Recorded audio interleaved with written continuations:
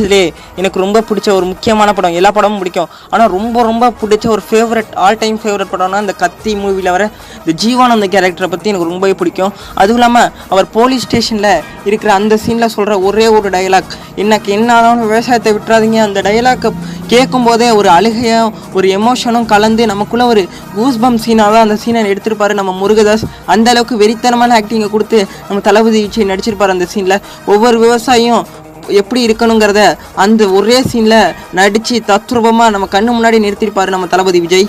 எடுத்துக்கிட்டா emotion, comedy, fight எல்லாமே ரொம்ப முக்கியம். எல்லா சீனையும் உள்வாங்கி நடிக்கிறதுக்கு ஒரு தனி திறமை வேணும். அந்த திறமை நம்ம தளபதி விஜய்க்கு எக்கச்சக்கம் ஏறாலும். இதனால கூட நம்ம தளபதி விஜய் நம்பர் 1 பொசிஷனில் இருக்கலாம். இதனால தான் நம்ம தளபதி விஜய் எல்லாருக்குமே ரொம்ப பிடிக்கும். ஒரு சீனை பார்த்தா தத்ரூபமாக அந்த சீனை அவரை தவிர வேறு யாராலையும் நடிக்க முடியாது, அவரை தவிர அந்த சீனை வேறு யாரும் நடிச்சிருந்தாலும் இவ்வளோ எமோஷனாக இருக்காருன்னு சொல்கிற அளவுக்கு தளபதி விஜய்